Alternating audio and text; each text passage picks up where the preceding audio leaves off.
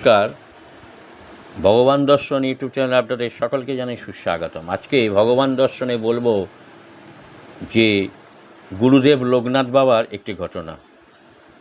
লোকনাথ বাবা তখন তার গাছের তলায়, তিনি যখন এসেছিলেন ও পাহাড় থেকে নিচে নামেন, তখন তিনি একটি গাছের তলায় আশ্রয় নেন। সেখানে বসে আছেন। একজন ভক্ত এসে বলছেন, বাবা, আমার বাড়িতে একটা অনুষ্ঠান আছে, আপনি যদি দয়া করে আসেন তাহলে খুব ভালো হয়। লোকনাথ বাবা কিন্তু গুরুদেব কারোর বাড়িতে তিনি যেতেন না, হঠাৎ করে যেতেন না।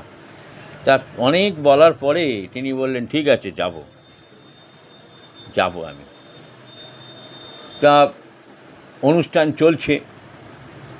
লোকনাথ বাবা গুরুদেব তিনি কুকুরের বেশে তিনি সেই অনুষ্ঠানে গেলেন নিমন্ত্রণ রক্ষা করতে তার ভক্তের ডাকে। তা তিনি গেলেন এবং তিনি ওই খাবার ঘরে ওই কুকুর রূপে তিনি ঢুকলেন। কিন্তু ওখানকার লোকেরা তাকে লাঠির বাড়ি এমন মারল, তিনি চেঁচাতে চেঁচাতে ডাকতে ডাকতে চলে গেলেন।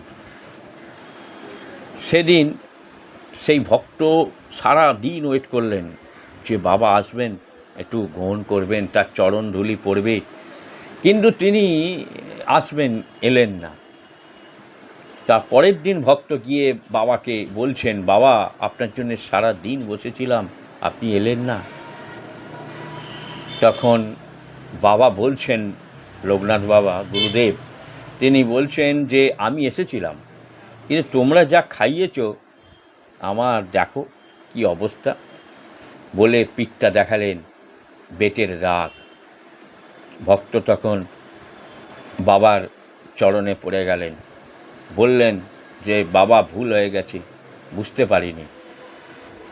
বাবা তখন বলছেন যে কোনো প্রাণী, সমগ্র কোনো প্রাণী যিনি আপনার বাড়িতে আসছেন তিনি কিন্তু আপনার অতিথি, আর অতিথি হচ্ছেন নারায়ণ। তুমি তাদের মারলে, কিন্তু তার কত কষ্ট হলো সেটা তুমি বুঝলে না। তা এই করে ভক্তি বা আত্মীয়তা বা হয় না কোনো।